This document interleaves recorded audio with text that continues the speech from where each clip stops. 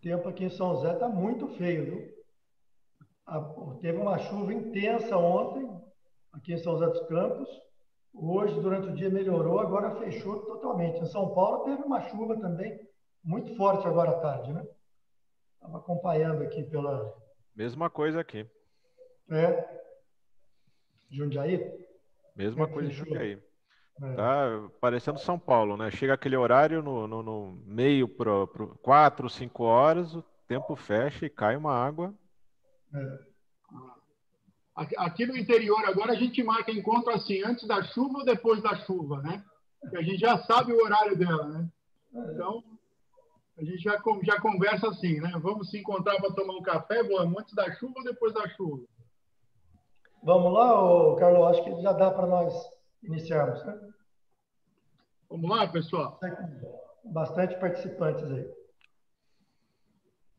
Boa noite a todos.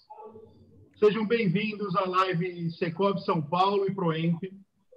Apresentamos hoje o panorama do mercado imobiliário de Jundiaí e perspectivas para 2021.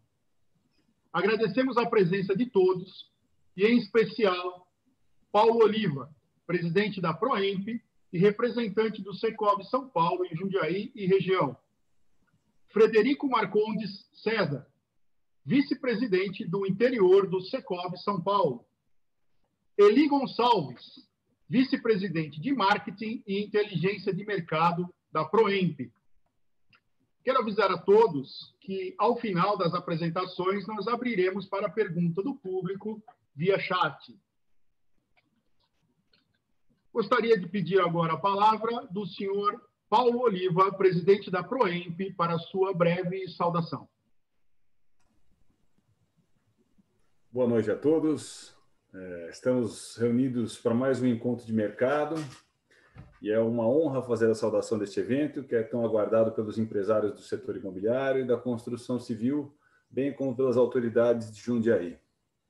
Esse ano, infelizmente, não podemos nos reunir pessoalmente, mas fico feliz em perceber que a participação dos senhores e senhoras vem coroar todo o esforço desse setor que, assim como os demais, sofreu nessa pandemia. Mas como todo empresário é um otimista por natureza, arrisco dizer que estamos nos recuperando. Eu gostaria de agradecer a presença de Frederico Marcondes César, vice-presidente do interior do Secovi, e de Eli Gonçalves, nosso vice-presidente de Marketing e Inteligência de Mercado da Proemp, que vai apresentar o estudo realizado pelo Departamento de Economia e Estatística do Secovi, em parceria com a Brain Inteligência Estratégica. E também gostaria de agradecer ao Dr. Carlos Eduardo Quadrati, nosso vice-presidente de Administração e Comercialização Imobiliária, que será o mediador deste encontro, em nome de quem cumprimento todos os conselheiros, diretores e associados da Proemp.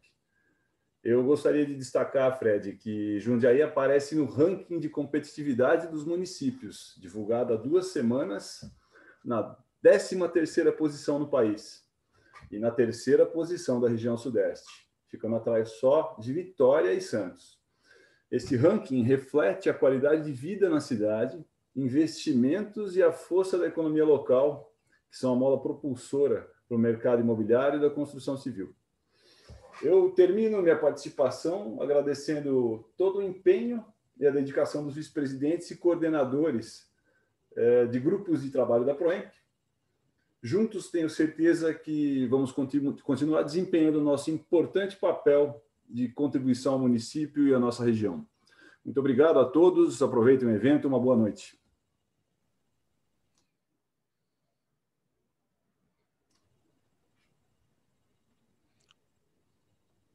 Cadu, não estou te ouvindo.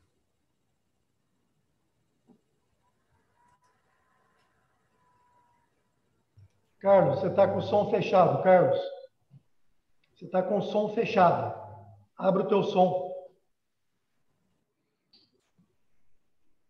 Ouvindo agora?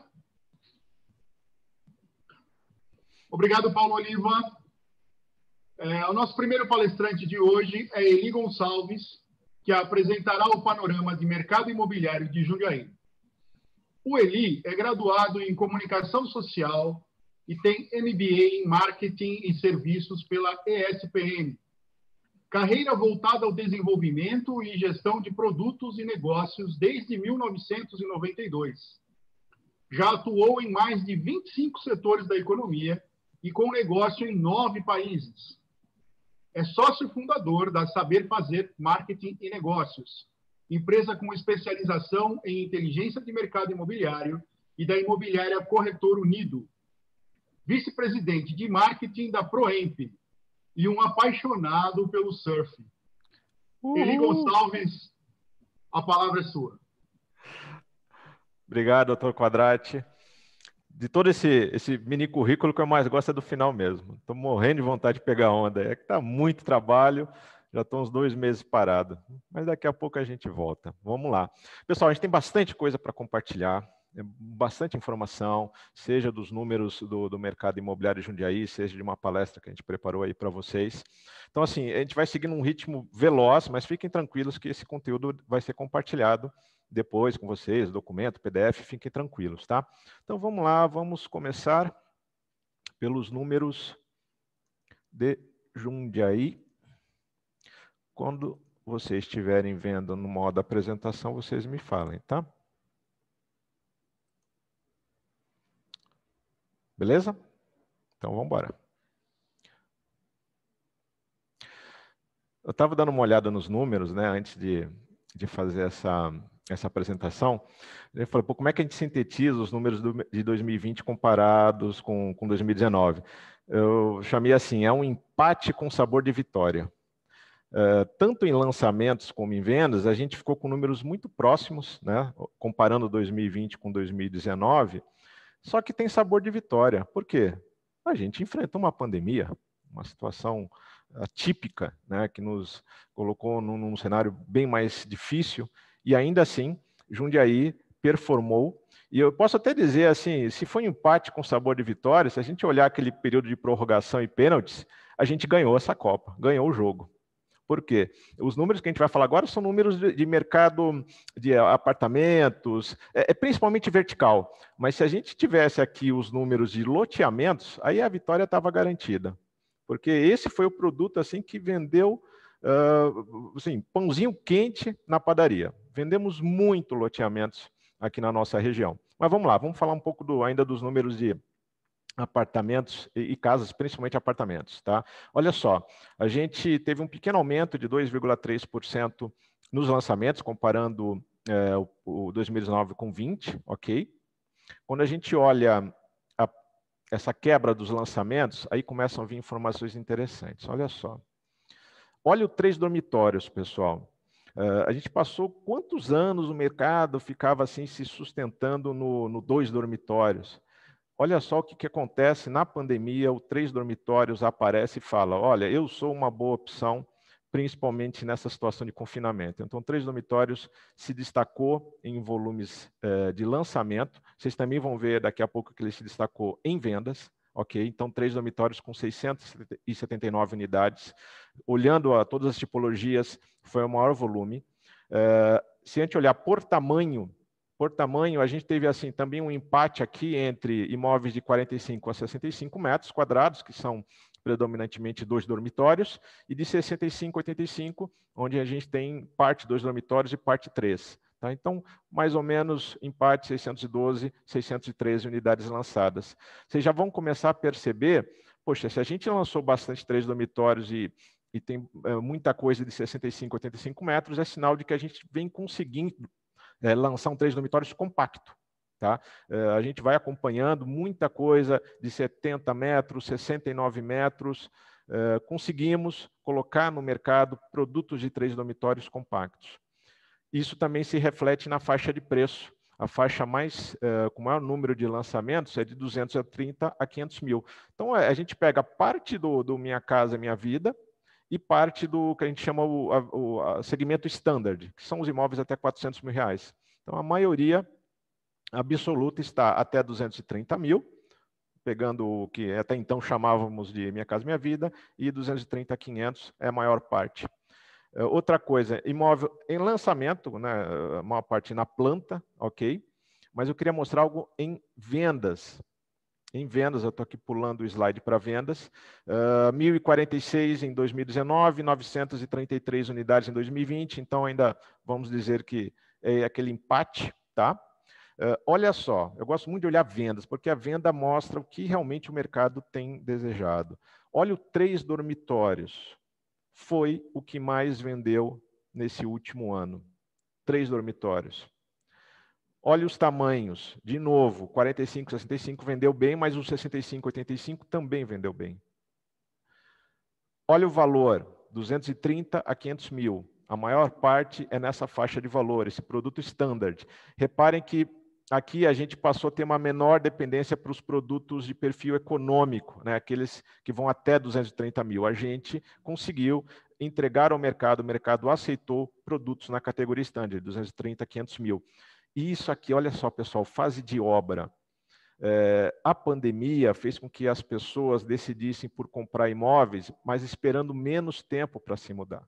Olha só, imóveis em construção, a maioria absoluta deles nas nossas vendas. Ou seja, a pessoa já comprando o imóvel em construção e uma parte com alguma representatividade na planta, mas de longe as pessoas em Jundiaí estavam procurando imóveis em construção para reduzir esse período de mudança. VGV. O VGV teve uma redução de 400 milhões para 264, mas isso é natural. Ele é oriundo da redução dos tamanhos e de uma prática de preços bem competitivos.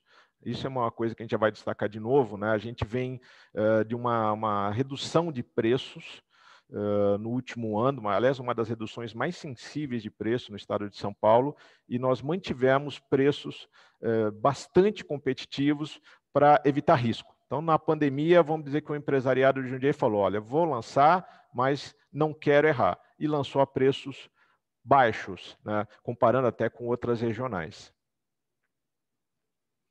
VGV é só uma quebra aqui por tipologia, então a maior parte do VGV, de novo, apareceu no 3 dormitórios, ok? Eu estou fazendo algumas coisas mais rápidas, assim, só para fazer um destaque naquilo que mais chamou a atenção. Com relação a VSO, aqui é um VSO médio, que mostra ele um pouco menor do que o do ano anterior, mas ainda assim é um VSO bom. Só destacando que, como diz aqui o próprio gráfico, há uma mudança de periodicidade, né? O período de análise 2020, na verdade, ele pega um pouquinho de 2019. Mas eu acho legal olhar o VSO quando a gente quebra por tipologias. Olha que interessante. O 2 dormitórios econômico teve um VSO, e só lembrando, VSO, vendas sobre oferta, né? Então, é o percentual vendido dentro daquilo que estava ofertado no mercado, seja aquilo que lançou, seja aquilo que já havia de estoque. Então, olha só o 2 dormitórios econômicos, 51,7%, quase 52%, né? Olha o 3 dormitórios, quase 51%. Muito parecido com 2 dormitórios econômico. Olha só, 4 dormitórios também, 52%. Vejam produtos de maior valor agregado performando, ou seja, estamos falando aqui de velocidade de vendas, de uma forma muito semelhante a 2 dormitórios econômicos. Eu acho que isso é uma boa notícia, tá? A gente reduz a nossa dependência de vendas para o Minha Casa Minha Vida e a gente coloca produtos de perfil standard ou até de perfis superiores e o mercado aceitou bem. Ok? Oferta final, a gente aí está com 999 unidades, quase 1.000 unidades. Natural, ele está está acima do que a gente tinha em 2019, mas lembrando, 2019 foi um ano atípico, porque ele teve um crescimento de demanda, as pessoas passaram a comprar, só que a gente não teve muito lançamento no ano passado. Então, havia uma demanda reprimida muito grande. Aliás, isso não é só de 2019, foi de 2018. Nós passamos 2 anos com pouco lançamento e o mercado comprando mais. Aí, realmente, o estoque ficou muito baixo. Eu me lembro da gente ter feito um estudo entre as regionais do Secov, mostrando qual era o estoque da cidade a cada 1.000 habitantes. Jundiaí teve o menor estoque a cada 1.000 habitantes de todas as regionais do Secov no estado. Tá? Então, 999 não significa que tá muito lento. Não, é um volume baixo para uma cidade aí que já passou de 400 mil habitantes há muito tempo. participação na oferta final, como o 3 dormitórios voltou, né, voltou a ser uma carta nesse baralho, a gente tem ainda algum volume de 3 dormitórios para vender, mas não deve durar por muito tempo, tá? A julgar pela forma como foram produzidos, pelo tamanho, pelos tickets competitivos, não deve ficar nesse volume por muito tempo não, tá? Novamente, olhando o VSO, olha só, esse aqui é um período acumulado. Aqui, no caso, nós estamos falando de 36 meses. O 3 dormitórios com VSO de 69%, olhando o período de 3 anos, que, se a gente comparar nesse período de 3 anos com 2 dormitórios econômicos, ele até performa melhor. Muito bem. Bem, mantendo aqui uma análise de VSO por tamanho, a gente tem destacado como entrou bem esse produto aí de 66 a 85 metros, performou 60%, continua bom esse desempenho. E os produtos de menor tamanho, era natural que a gente tivesse um desempenho um pouco melhor, 70% de VSO, ambos muito bons, tá? A gente tem até tamanhos maiores, em que a oferta realmente foi muito pequena, e aí o VSO mostrou que, sim, né, Jundiaí está disposta a aceitar produtos de ticket maior, de tamanho maior. Bem, novamente estudos de VSO, só que aqui quebrando por faixa de valor. Destacamos aquela faixa lá do standard, de 230 mil a 500 mil, VSO de 61%, tá bom. Vendas de imóveis residenciais, enfim, um acumulado aqui de 36 meses. Esse aqui que eu acho legal a gente falar um pouquinho mais. Isso aqui é o preço por metro quadrado histórico, ao longo dos anos, qual era o preço médio por metro quadrado por tipologia. Olha só, vamos pegar os 2 dormitórios aqui. Que interessante. 2015, 16, 17, os preços por metro quadrado eram superiores a R$5.000. 5.200, 5.300, 5.200. 2018, um pouquinho menos, né? 4.500. 2019, 4.700. 2020, 4.500. Então, nós conseguimos colocar no mercado produtos de 2 dormitórios com preço ainda menor do que em 2019, R$ 4.500. É praticamente metade de algo que você vai comprar em São Paulo capital. R$ 4.500. Em São Paulo capital, o preço aí por metro quadrado fica girando em R$ 9.000 na média. O que eu achei mais legal nesse gráfico é o estudo de 3 dormitórios. Olha só, menos de R$ 4.700 o metro. Ou seja, de fato, colocamos no mercado um produto 3 dormitórios bem competitivo. Mesmo de 4, que já teve preço de 9.000, hoje está em 6.200, tá? Bem, tem alguns números de Grapoab, que vocês vão ter na apresentação, mas o que ele mostra na parte de Grapoab, loteamentos, acho que a gente ainda tem muita coisa para lançar em loteamentos e não tem momento melhor para loteamento do que agora, principalmente durante o período de pandemia, que é o produto, assim, vamos dizer, que gera um maior conforto, um maior bem-estar numa situação de confinamento. Vamos dar uma olhada, pessoal, agora eu vou compartilhar com vocês aqui uma outra apresentação. Deixa eu sair daqui.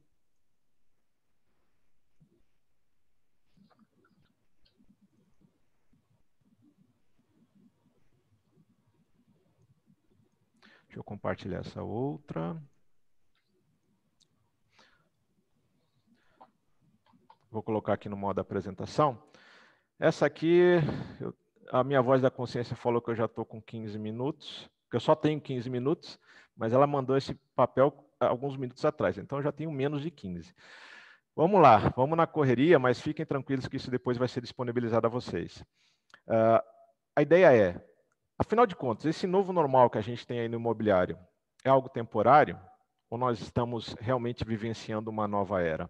É importante a gente ter alguns pontos de vista sobre isso, porque isso mexe com o perfil do produto que a gente vai lançar no mercado, mexe com a forma como a gente vai abordar os nossos clientes. Isso é só uma marolinha ou é realmente um novo momento, uma nova era na nossa história?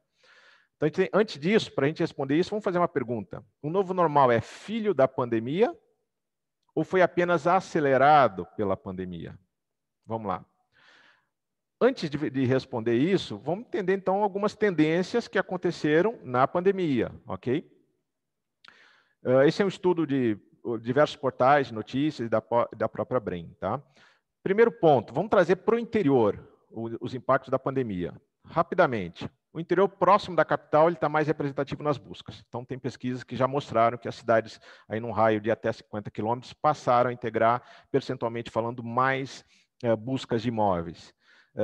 Aquilo que se tornou escasso na pandemia passou realmente a ser motivo de buscas, áreas descobertas, locais para brincar e treinar, sol e mais contato com a natureza. Então, as pessoas têm procurado imóveis com essas características. Como é que isso traz impacto nos produtos imobiliários? Produtos que ganharam muito destaque: loteamento, condomínios de casas, prédios com unidades na cobertura, o garden, aqueles produtos que geralmente micavam, agora ganharam importância, né? A garden lá em cima, não importa se vai pagar mais de condomínio, mas tendo um garden, tendo uma cobertura, o pessoal tem aceitado mais. Outra coisa importante, mesmo em prédios, em unidades verticalizadas, boa oferta de lazer, para não ficar dependendo da situação de oferta de lazer fora do prédio. Bairros mais afastados, isso também cresceu, onde eles têm menor adensamento populacional, menor situação de aglomeração. Imóveis prontos, aumentou muito a busca e a compra de imóveis prontos. Casas de rua e chácaras, quem diria, né? As casas de rua, que todo mundo tinha medo, voltaram a ser procuradas. Apartamentos maiores e com mais privacidade. Então, a questão da miniaturização, ok, ela tem um público, mas os imóveis maiores também voltaram a ganhar importância. Então, 2 quartos mais espaçoso, 3 quartos, como a gente viu, ter suíte. Produtos menos afetados e os mais afetados. Então, menos afetados na pandemia: o residencial, Minha Casa e Minha Vida, o standard até 400 mil, os números mostraram isso, loteamentos e imóveis para investidores visando locação. Ficou fácil mostrar a rentabilidade da locação para o investidor hoje. Tá? Nós temos na capital o rental yield, né, a rentabilidade da locação em torno de 0,40%, 0,44% ao mês. Aqui em Jundiaí, a gente tem estudos que mostram que, conforme o perfil do produto, pode se chegar até 0,7% ao mês. E quando você olha a poupança, 0,12% ao mês, ficou fácil convencer o investidor a colocar o seu dinheiro agora em imóvel para gerar rentabilidade. Mercados mais afetados: o comercial, MAP é médio e alto padrão, tá? Abreviação. Varejo para negócios não essenciais. Segunda moradia e hotelaria turismo. Eles foram mais afetados. Vamos falar de home office. Home office merece um slide separado. Tá? O home office com vantagens financeiras permanentes às empresas. Então, isso já é uma parte daquela resposta se o novo normal veio para ficar. Com pandemia ou sem pandemia, as empresas perceberam que é operacionalmente mais barato trabalhar em home office. Mesmo que não seja 7 dias por semana, que ele tenha que ir lá no escritório 2 vezes por semana. Mas eu já vi casos de algumas empresas multinacionais que tinham 4 lajes na Vila Olímpia e agora o plano é ter uma só. Isso gera economia para as empresas. Então, o home office veio para ficar não só por causa da pandemia, mas porque as empresas perceberam que é operacionalmente mais econômico. Favorece cidades do interior, próximas de grandes centros urbanos. Então, o home office é favorável a Jundiaí. Jundiaí tem aí as 2 melhores estradas do país.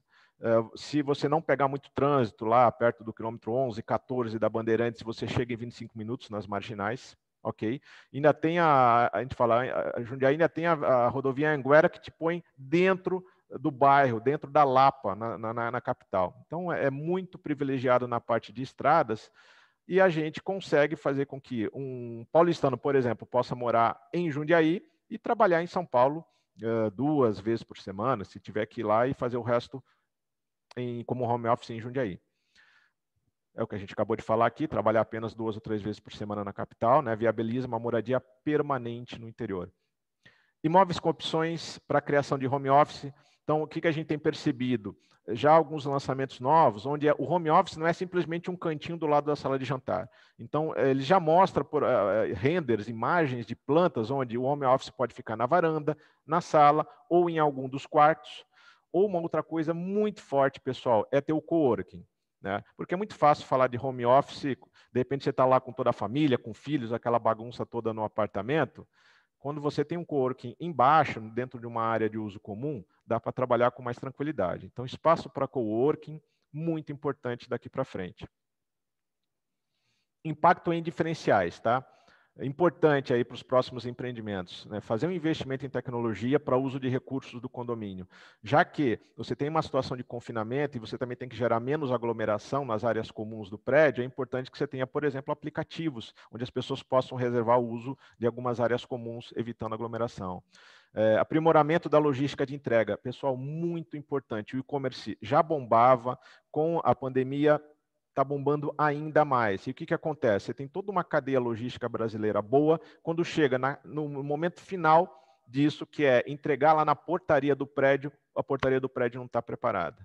Hoje existem soluções de maleiros eletrônicos, onde o cara que traz a mercadoria coloca a mercadoria lá dentro, fecha e gera um QR Code para o comprador abrir. Entendeu? Tem muita coisa interessante nesse setor. Recurso para PET, importante, pessoal. Mais segurança natural, né?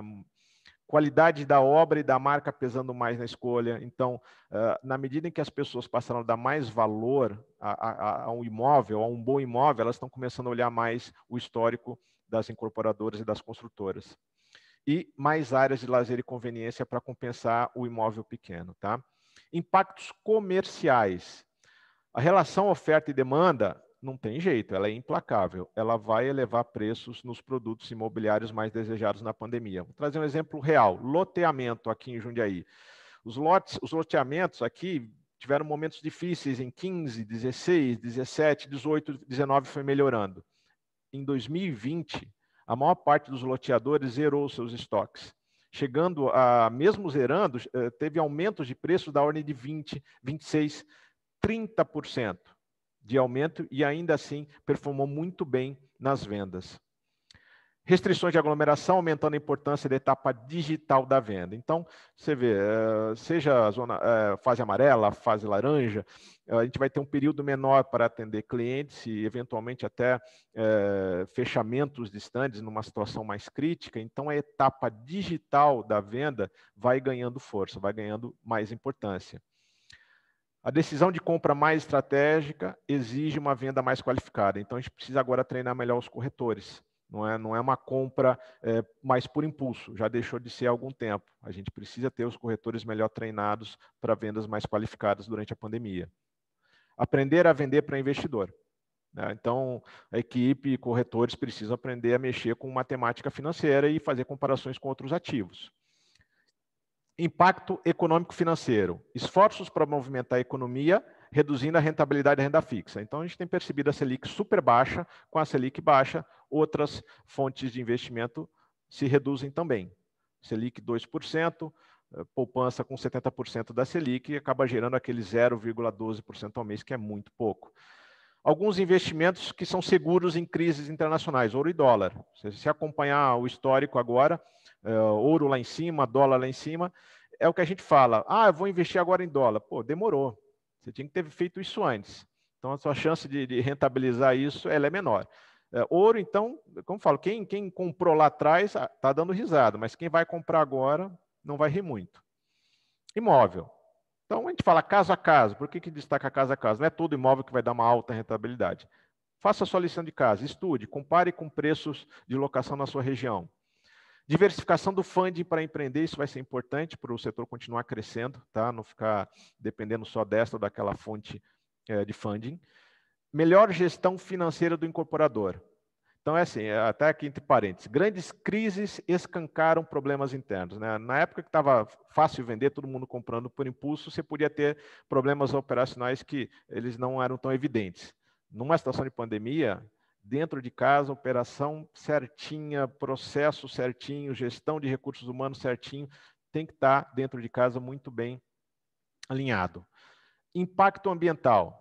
A crise econômica, as duas, né? Crise econômica e sanitária estimulam o uso sustentável de recursos no condomínio. Tá? Quando você sente essa escassez, né, durante a pandemia, de repente começa a faltar produtos, isso só estimula essa percepção da importância de uso sustentável dos recursos. Então, pessoal, Energia solar, ah, não tem espaço. Tem, faz lá no teto, nem que seja só para alimentar um pedacinho das áreas comuns, tá? Não precisa alimentar todo o condomínio, mas parte dele com energia solar. Reciclagem de resíduos, reaproveitamento de água pluvial. Às vezes não fazer isso já começa a ser um pênalti, principalmente para as novas gerações Y e Z, que são mais sensíveis a essa questão da sustentabilidade. Impacto sociológico. A gente deixou esse para o final porque é o mais importante, né? As pessoas e as empresas estão ressignificando, aliás, esse é um verbo muito comum hoje em dia, né? Ressignificar. Então, as pessoas e empresas estão ressignificando suas vidas e operações. O lar ganha importância no consumo geral. Comprar por necessidade e não por desejo ou ostentação. Isso vale tanto dentro como fora do imobiliário. Produzam empreendimentos olhando as necessidades. Ostentação vai perdendo força. E aí? O novo normal tem alguma outra influência além da questão da pandemia? Tem sim. Vamos falar de coisas muito importantes que vieram para ficar. Não é só influenciada pela pandemia, são mudanças na nossa sociedade. Mudança cultural atingindo o mundo inteiro. Mais uso e menos posse. Isso é um mantra das gerações mais jovens, Y e Z. Mais usabilidade, menos propriedade. Isso traz oportunidades, traz ameaças. Para a parte de oportunidades, comecem a pensar em empreendimentos focados para locação. Nós já temos diversos projetos, por exemplo, na capital, de grande porte, na casa de centenas de unidades, 100% voltado para locação. Troca de produtos e serviços, economia local. Né? Procurar, isso é uma tendência, isso é uma das características da economia compartilhada. Tá? Procurem trabalhar com fornecedores locais, procurem estimular essa troca de produtos e serviços dentro do próprio condomínio. O que a gente está falando da economia colaborativa, uma das características mais interessantes é que o consumidor ele também é produtor.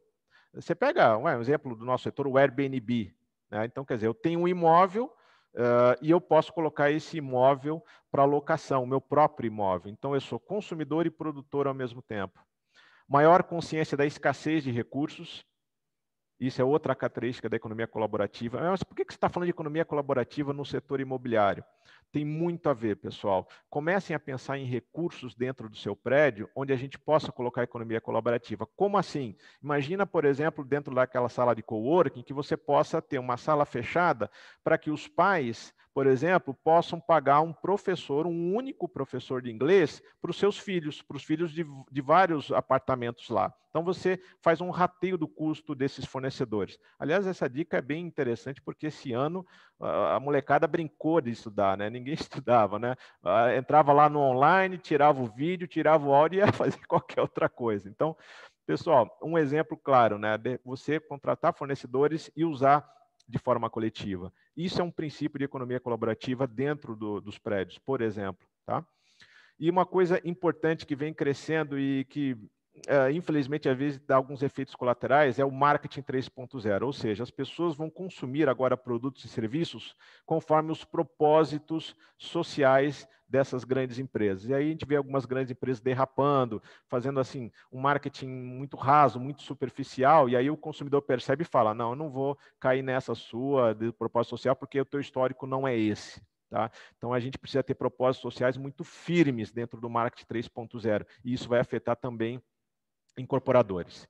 Conclusão da história, pessoal. O novo normal é um amplo movimento de mudança de valores e de comportamento, potencializado pela pandemia e por um novo mindset da sociedade. Ou seja, o novo normal, ele faz parte de uma nova era. A pandemia só está acelerando algumas características dele, tá bom? O que a gente quer dizer com isso? Poxa vida, mas você está falando essas coisas, tudo bonito, né? Mas olha quanta coisa crítica a gente tem que lidar neste momento. Sim, a gente está, você, nós estamos vivenciando o nascer de uma nova era. É isso, pessoal. Como toda transição de era, a gente entra numa transição caótica, é normal, as grandes revoluções sociais sempre foram assim. E aí, como é que a gente tem que se comportar num cenário de transição caótica como que a gente vem enfrentando? Né? Vamos trazer um pouquinho aqui de poema, né? Vamos trazer algo... por que a gente quer trazer aqui essa mensagem até um certo tom aqui de poema? porque nem em situações de caos a gente precisa recordar quem nós somos, né? A gente precisa recordar, relembrar as conexões com a nossa mãe terra. Então a gente pega aqui nessa mensagem os 4 elementos da natureza e a gente sugere isso para cada um de nós, né? Então vamos recordar, recorda que és água, chora, limpa, flui. Recorda que és fogo, cativa, queima, transmuta. Recorda que é ar, silencia, foca, decide. Recorda que é terra, conecta, constrói e entrega. Tem aqui alguns dados da gente, quem quiser fazer contato, falar um pouco mais sobre esse estudo, né? Fiquem à vontade. Lembrando que vocês também vão ter o PDF disso, tá? Aqui, nosso muito obrigado por essa oportunidade de compartilhar conhecimento. Agradecemos ao senhor Eli Gonçalves pela brilhante apresentação. E agora, mais boas notícias. Vamos ouvir perspectivas do mercado imobiliário para 2021 com o vice-presidente do interior do Secovi São Paulo, Frederico Marcondes César. Frederico Marcondes César é presidente do interior do Secovi São Paulo e foi diretor regional do Secovi São Paulo em São José dos Campos. Atua há mais de 40 anos na construção civil na região metropolitana do Vale do Paraíba. É sócio-diretor na construtora Marcondes César, entre outras do grupo. Entre outros cargos, foi presidente da ACONVAP, Associação das Construtoras do Vale do Paraíba, nos períodos de 1990 a 1993 e 1997 a 1998. Ex-membro do Conselho Consultivo do Sinduscom São Paulo. Fred, vamos às ótimas notícias em 2021. A palavra é sua. Carlos, boa noite. Cumprimento os painelistas, o Eli, ao nosso diretor regional e presidente da PROEMP, o companheiro, empresário Paulo Oliva. Quero cumprimentar também a todos que estão nos acompanhando nesta sala. Mas comentar rapidamente a apresentação do Eli. Eli, esse último painel teu, ele vem realmente de encontro a tudo aquilo que nós estamos debatendo dentro da diretoria executiva do Secovi. Essa é a nossa percepção também dessas mudanças que hoje já se avizinharam. Então, nós temos que colocar o norte de nossas empresas, dos nossos negócios, nesta direção. Na sua apresentação do mercado imobiliário também, interessante observar, e vocês vão verificar aqui na minha fala, que, diferentemente de todas as pesquisas que nós, Secovi, fazemos nas nossas 10 escritórios regionais, região metropolitana de São Paulo e a cidade de São Paulo, Jundiaí é a única que se comportou de forma diferente no mercado imobiliário neste período. Ou seja, ele ofertou mais 3 dormitórios do que 2 dormitórios. E nós vamos observar que o 2 dormitórios foi o carro-chefe desses últimos 3 anos, não só no estado de São Paulo, mas como também no Brasil. E São Paulo, sabidamente, os terrenos mais caros, você tem que construir na franja da cidade, e São Paulo também acelerou essas construções de Minha Casa Minha Vida. Então, Jundiaí responde de uma forma diferente do mercado como um todo. Um outro dado também muito importante que você colocou, ele, salvo o melhor juízo, hoje Jundiaí tem 900 unidades de estoque e para uma média anualizada de vendas de 1.300 unidades. Ou seja, que leitura que nós fazemos? Primeiro, a leitura de oportunidade. Segundo, qual a outra leitura que fazemos? Que o estoque está mínimo, não atende a 1 ano de demanda.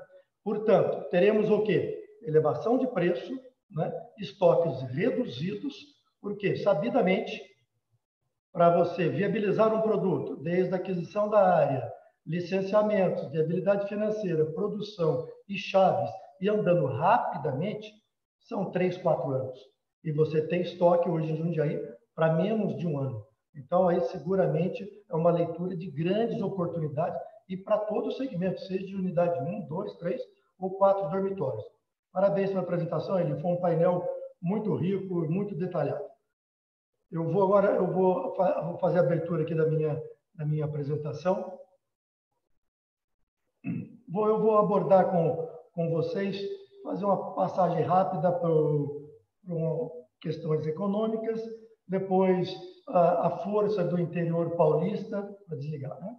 A força do interior paulista e depois a pesquisa do mercado imobiliário. Deixa eu aqui. Travou. Aqui. Bem, amigos, conforme eu falei, passar rapidamente, nós temos aqui 20 minutos. O Eli passou por essa apresentação. Vejam, os senhores, taxa de juros de 2015, agora para 2020. Ela mergulhou de 14% para 2%.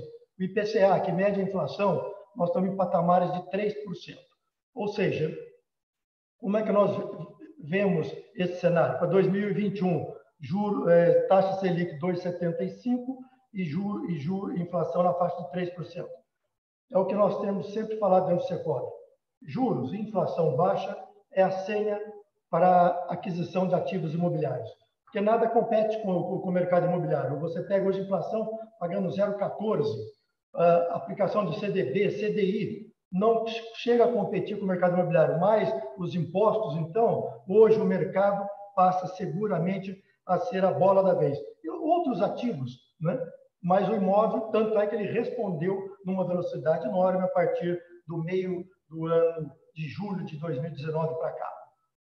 Um outro indicativo que também é muito interessante é medido pela Fundação Getúlio Vargas, que é o índice de confiança desses 4 agentes: o consumidor, a construção, a indústria e o comércio.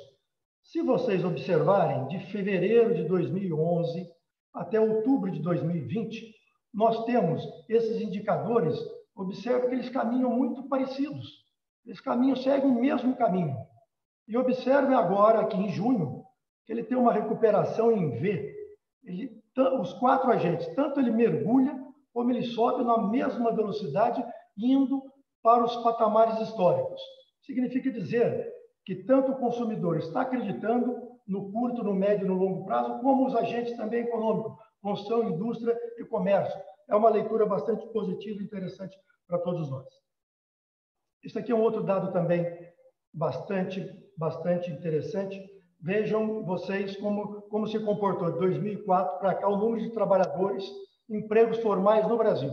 Tínhamos aí em 2004 uma ordem em torno de 1,5 milhão de contratações. Depois tivemos, 2015 e 2016, essa queda brutal. E agora, neste último ano, vamos comparar com a construção civil para mostrar o impacto da construção civil e a importância do governo ter tomado essas medidas. Quais? Na pandemia.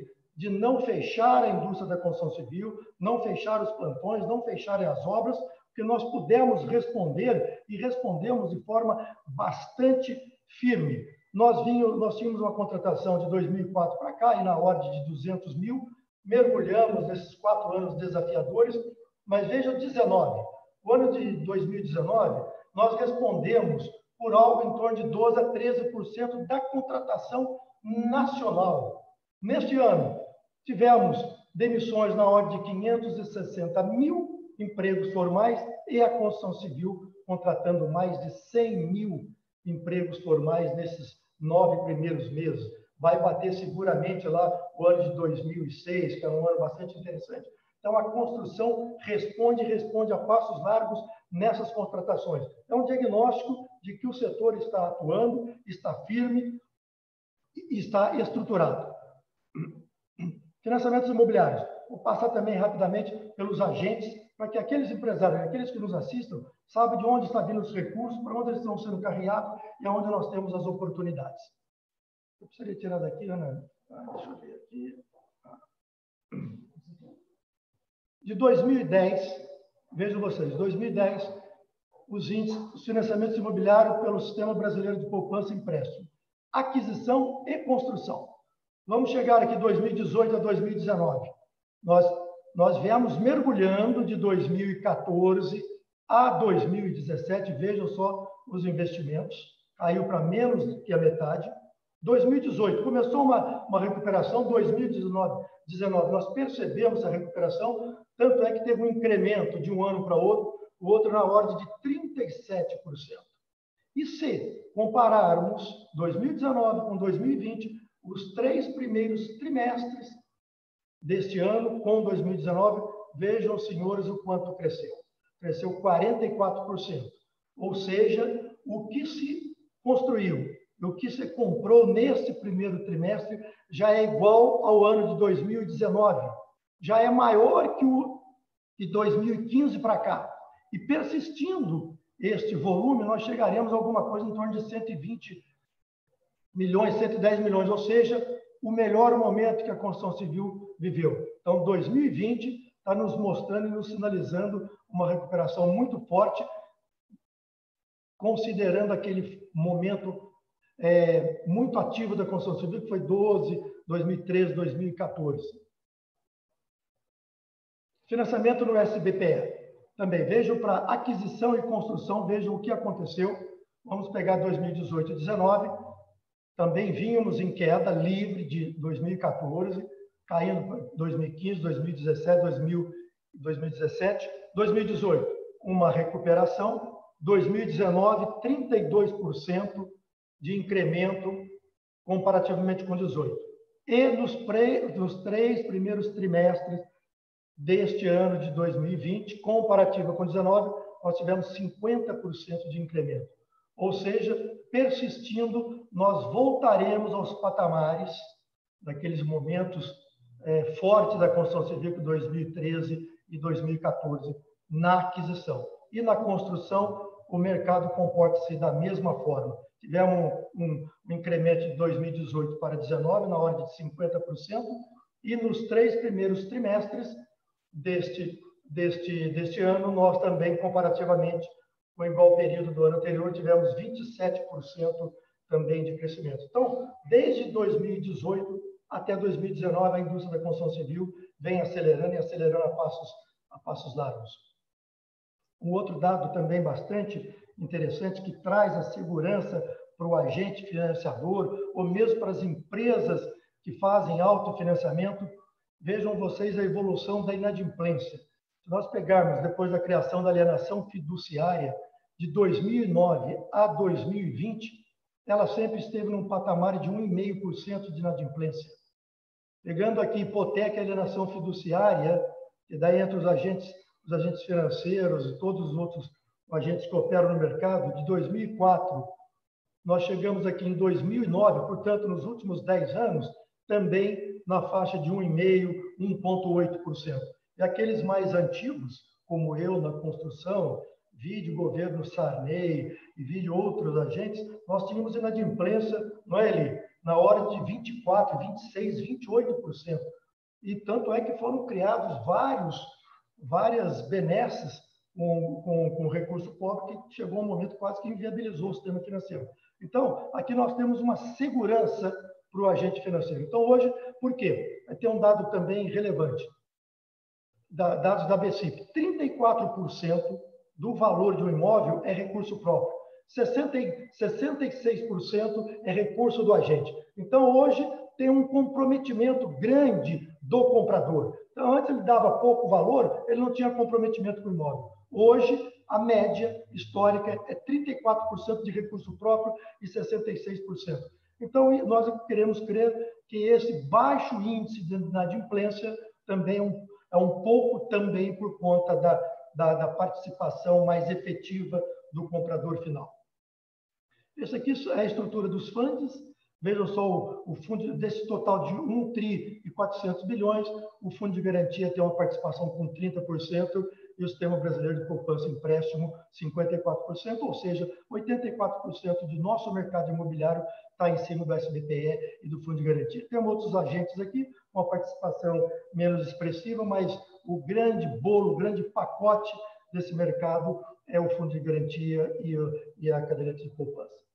Esse número que eu trago para vocês, nós já debatemos no Secov, nem a BCIP consegue explicar esse cenário, ainda mais com a inflação tão baixa.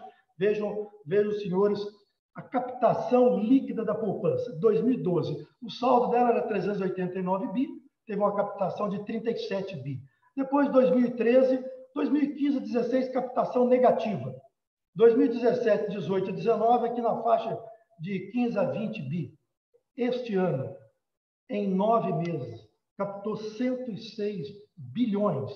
Ou seja, é mais que os últimos 3 anos e quase que a totalidade desta década. Não se explica, ainda mais hoje, da forma que ela está remunerando, uma remuneração muito baixa, considerando as taxas de juros e inflação, mas, sabidamente, isso é um recurso que virá navegar no setor imobiliário. Isso aqui são os agentes que operam. Eu trago esse painel aqui também para... Não estou conseguindo mudar aqui.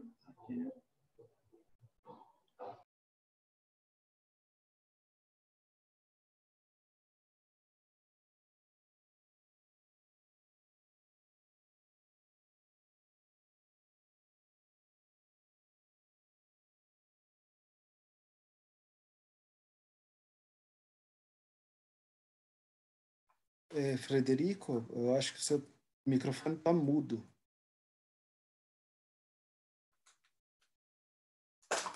Está todo mundo conseguindo escutar ele? Tá certo. Ok. Obrigado.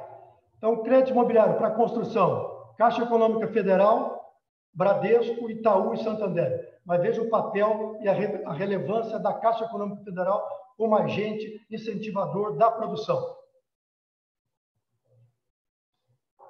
Travou aqui. Travou a minha apresentação. Aqui.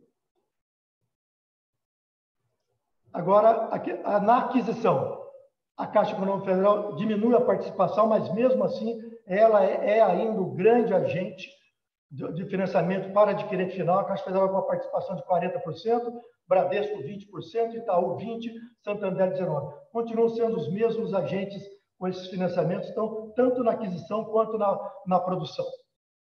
Agora eu quero passar, eu tenho aí mais 5 minutos, 7 minutos, rapidamente pelo interior, mostrar a grandeza e a força do interior paulista. Eu já tive a oportunidade de mostrar essas lâminas em outros eventos, e ele é bastante interessante para mostrar aonde nós estamos.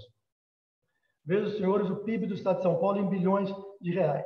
Aqui, nós apartamos a capital do interior. Vejam a importância do interior paulista no Estado de São Paulo. O interior responde por 66% do PIB. Nós hoje estamos com 2017, porque o IBGE ainda não divulgou o último dado, portanto, esse é o último dado que nós dispomos do IBGE-SEAD, mas o interior responde por 2/3 da riqueza do Estado de São Paulo. No Brasil, são o interior 67%, o Estado de São Paulo responde por 32%, ou seja, nós somos mais de 20% da força econômica do país. Esse dado também é bastante interessante. Se nós criássemos um ranking por PIB e descolássemos a cidade de São Paulo do interior paulista, nós teríamos esse ranking nacional. O interior paulista viria em primeiríssimo lugar, com um PIB de 1,4 trilhão. Em segundo, viria a cidade de São Paulo com 700 bilhões. Na sequência, o estado do Rio de Janeiro com 670, Minas Gerais. Observem vocês que o interior de São Paulo gera uma riqueza 30% ou pouco mais que o sul do país juntos. O interior de São Paulo tem uma riqueza maior que o estado do Rio de Janeiro e Minas Gerais juntos. Se fôssemos criar um ranking na América, veja a posição do interior de São Paulo. Chile com 900 bi, Peru 700, Equador. Nós somos maiores que muitos países vizinhos. Isso, interior paulista, com 645 municípios. Interior, exportações. Nós respondemos por 91% das exportações do Estado. Veja que interessante, São José dos Campos, ele exporta quase que o mesmo que a cidade de São Paulo. Aqui nós temos Embraer, temos algumas empresas exportadoras, indústria automotiva, Ilhabela, Santos, 91% das exportações estão no interior. Esse número é também bastante impressionante. Vejam vocês o que ocorreu em 30 anos. Evolução dos domicílios particulares permanentes no interior. Nós produzimos, em 30 anos, 5,5 milhões de domicílios.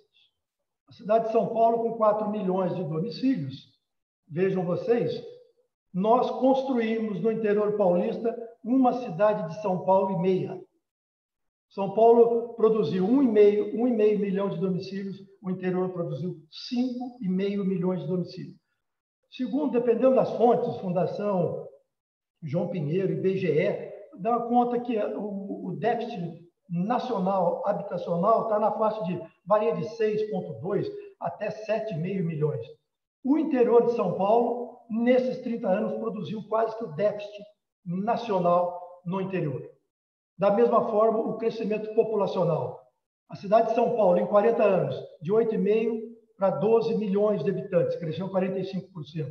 O interior, em 40 anos, dobrou sua população, saiu de 16 para 33 milhões de habitantes.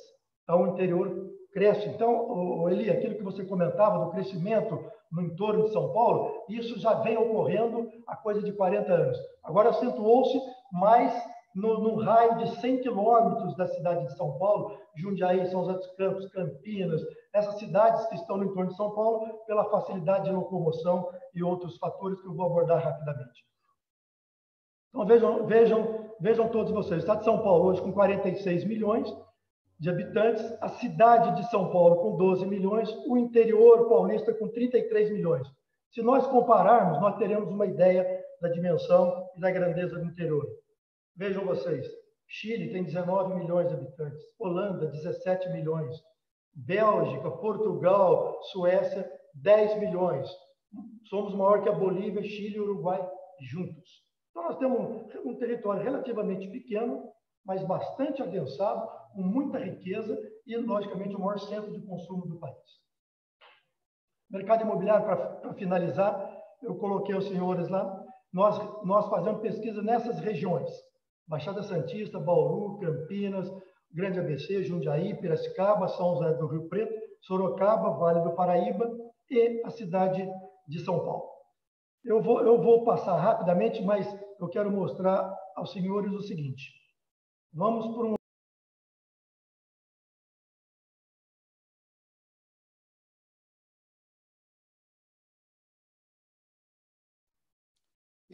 Fred, de novo o áudio falhou.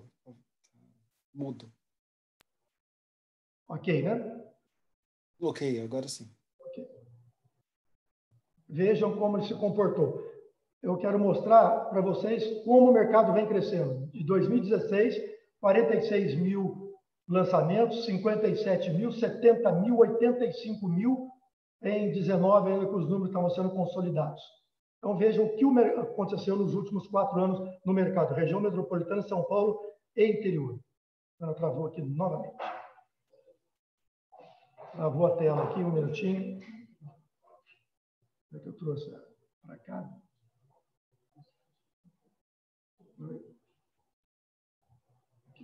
Eu quero levar para cá. Aqui. Não foi para mim aqui. Agora, lançamento de imóveis residenciais. Não, aqui nós já passamos. Vamos pegar o resumo para eu conseguir ser mais rápido com vocês. Aqui pesquisa de 2012 a 2019. Por participação, 1, 2, 3 e 4 dormitórios. Vamos para o resumo. Eu mostrava ali na sua apresentação, veja só, um dormitório que teve 9% de participação nos lançamentos, nas regiões pesquisadas. O 2 dormitórios, aí inclui o 2 dormitórios econômicos, que é o Minha Casa Minha Vida, a Casa Verde e Amarela, 70%. O 3 dormitórios, diferentemente de Jundiaí, com a participação de 18%. E 1,7% ou 4 dormitórios. Agora, o mercado imobiliário no interior nos últimos 12 meses. Também vamos para o resumo. Vamos pegar aqui, lançamento de imóveis residenciais por dormitório. Um dormitório, 5%, o 2 dormitórios, 73%, isso nos últimos 12 meses. O 3, 19%, e o 4 dormitórios, 3%. Então, ainda no interior, o carro-chefe é o 2 dormitórios, seguido com 3 dormitórios. A mesma coisa nós podemos observar aqui é um outro dado que eu trago, que nós julgamos interessante, vendas de imóveis residenciais. Aqui nós temos as regiões pesquisadas no interior e o município de São Paulo. Os números são diferentes, mas o interessante é nós observarmos que o interior teve a mesma variação percentual positiva que o município de São Paulo. No interior, nós tivemos 13% de vendas de todos esses imóveis pesquisados, igualmente a São Paulo, no mesmo número, 13%. Vendas de imóveis residenciais por dormitório. Voltamos aos mesmos números. Veja que São Paulo difere um pouco. Aqui nós temos 6% para um dormitório no interior e 30% em São Paulo. O 2 dormitório no interior responde por 75%, ao passo que São Paulo, 58%. O 3 dormitório no interior, 17%, São Paulo, 3%, e o 4 dormitórios, eles se equivalem. O que nós costumamos dizer, por que comprar um imóvel? Primeiro, constante aumento da demanda, crescimento da população, casamento, divórcios, novas necessidades de moradia e novos arranjos familiares para moradia e locação, para investimento e reserva de valor.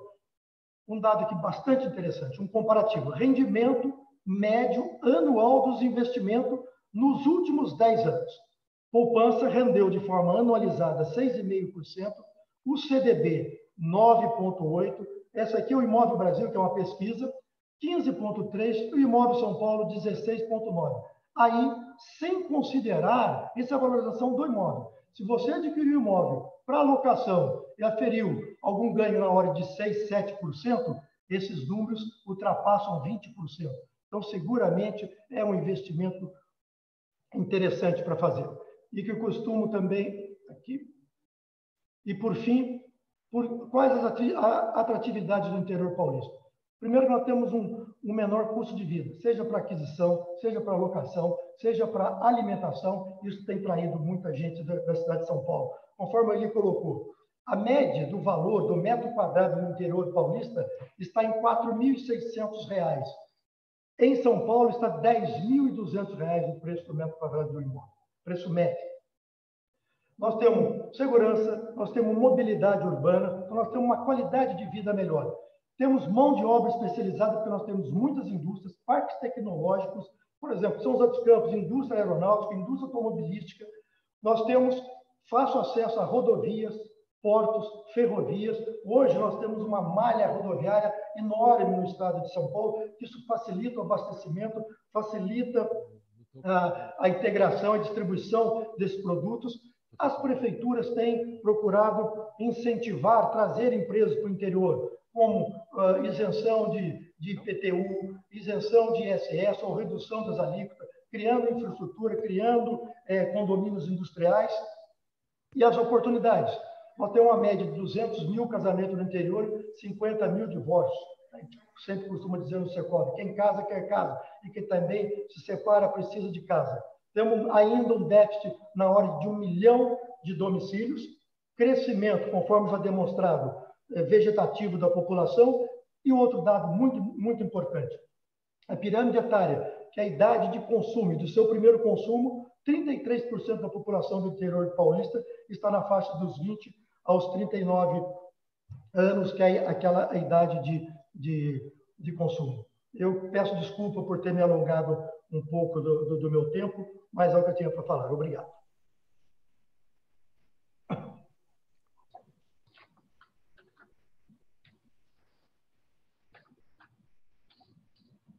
Quero agradecer aqui a brilhante palestra do Frederico Marcondes César, que trouxe informações relevantes aqui para conhecimento melhor da importância do mercado do interior paulista, da importância da grandeza, da pujança do interior paulista, na verdade.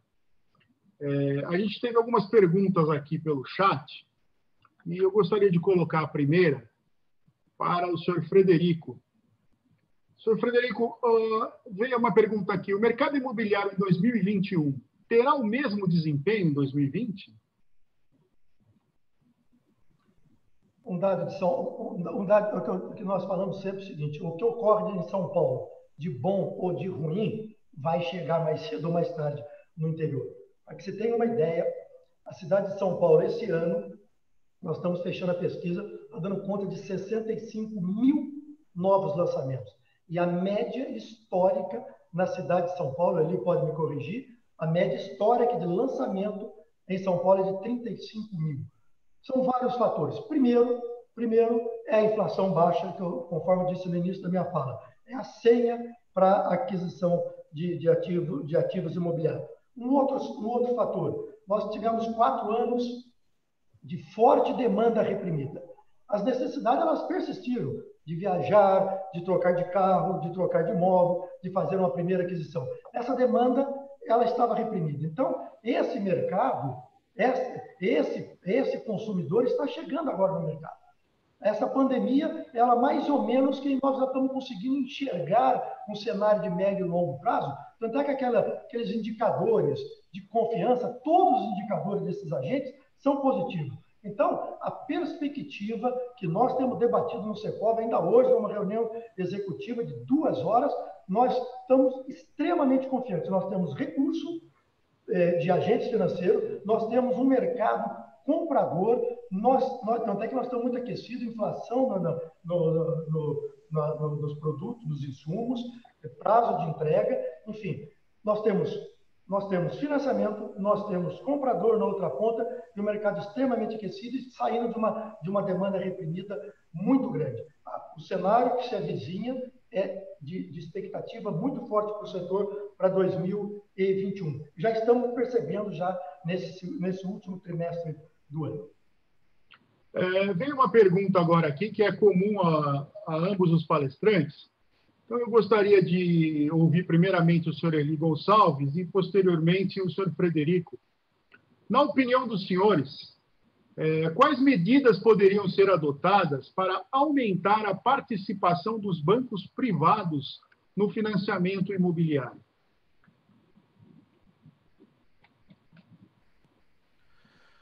Bem, os bancos, ainda que a Caixa tenha essa notoriedade, a gente vem já percebendo um aumento de participação dos bancos privados. Os processos dos bancos privados são muito bons, muito rápidos. E eu acho que vale destacar não só essa questão dos bancos privados, mas das fintechs. Tá?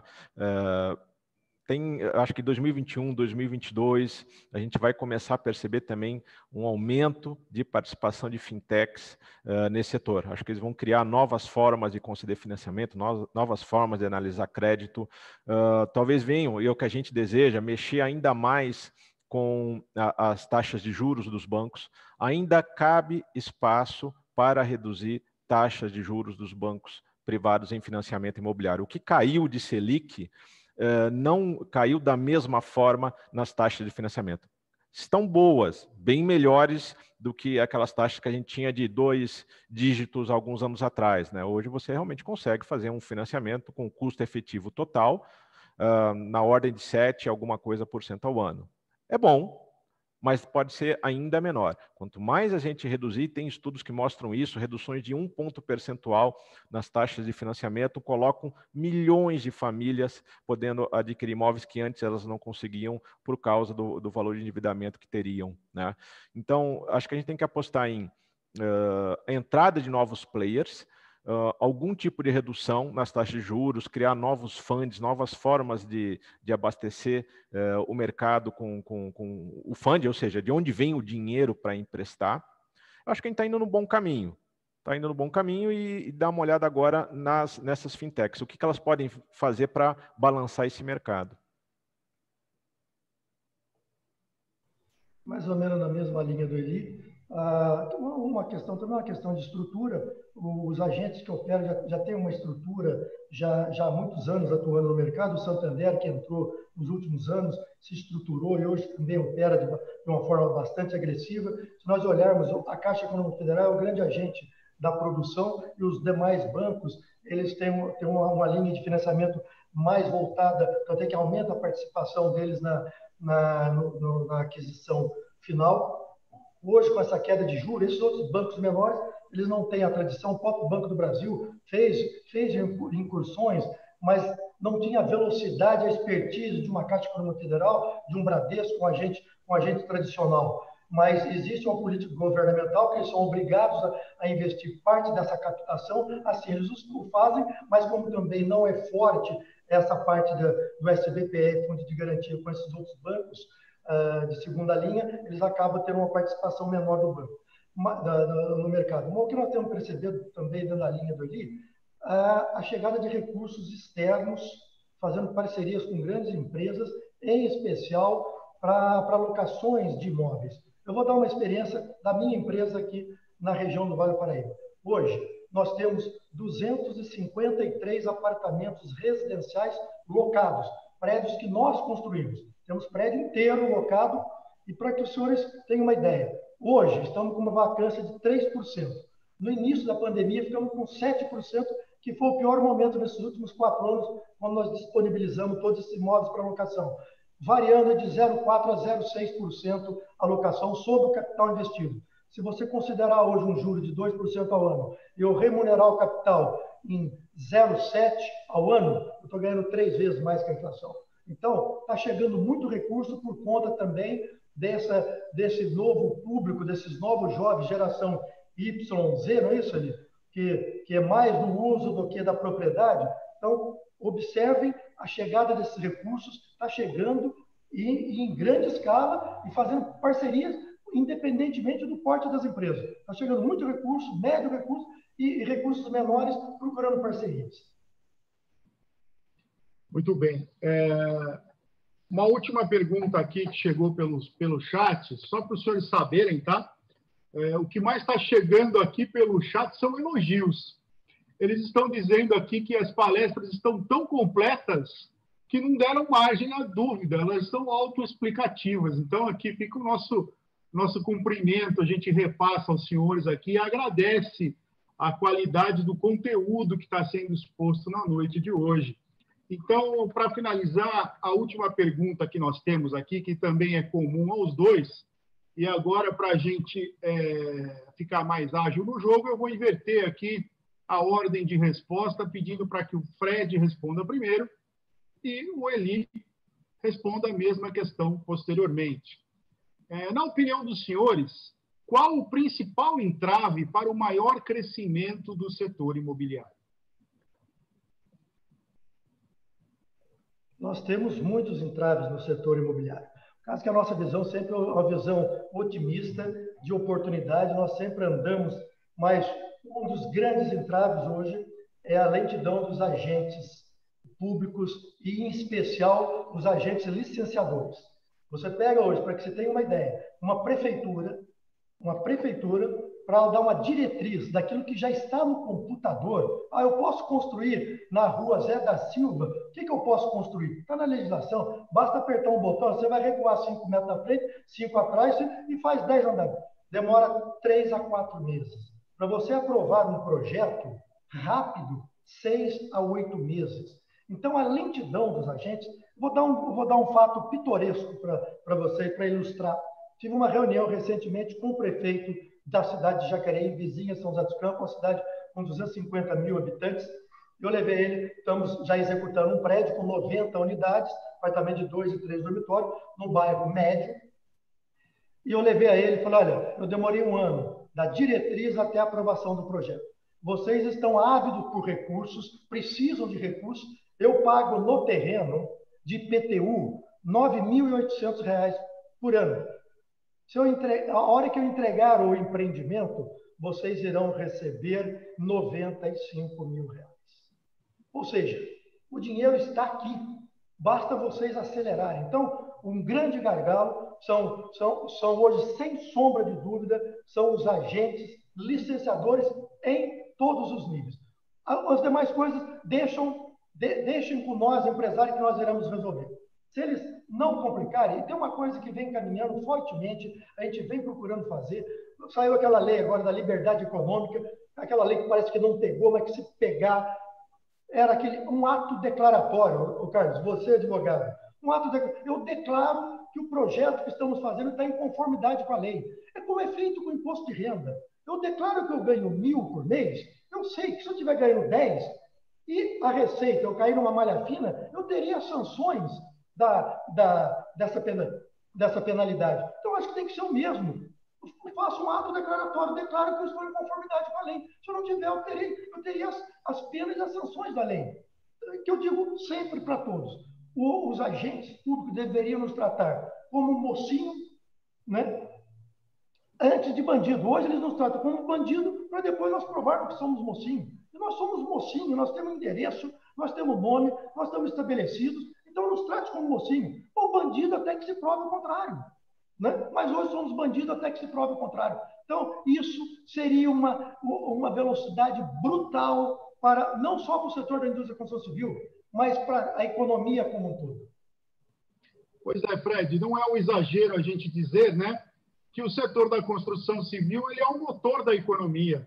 Quando a construção civil está acelerada, todo o seu entorno, né, existe aí um ecossistema imobiliário que ativa todo o consumo, gera emprego e renda, tanto na área direta, né, no consumo de material de construção, no emprego na obra, mas também gera emprego e renda para aquelas pessoas que vão ocupar esses imóveis e vão consumir linha branca, por exemplo, né? Vão consumir geladeira, micro-ondas, vão consumir móveis, vão consumir decoração e vão também habitar novos espaços e consumir no entorno de onde eles vivem.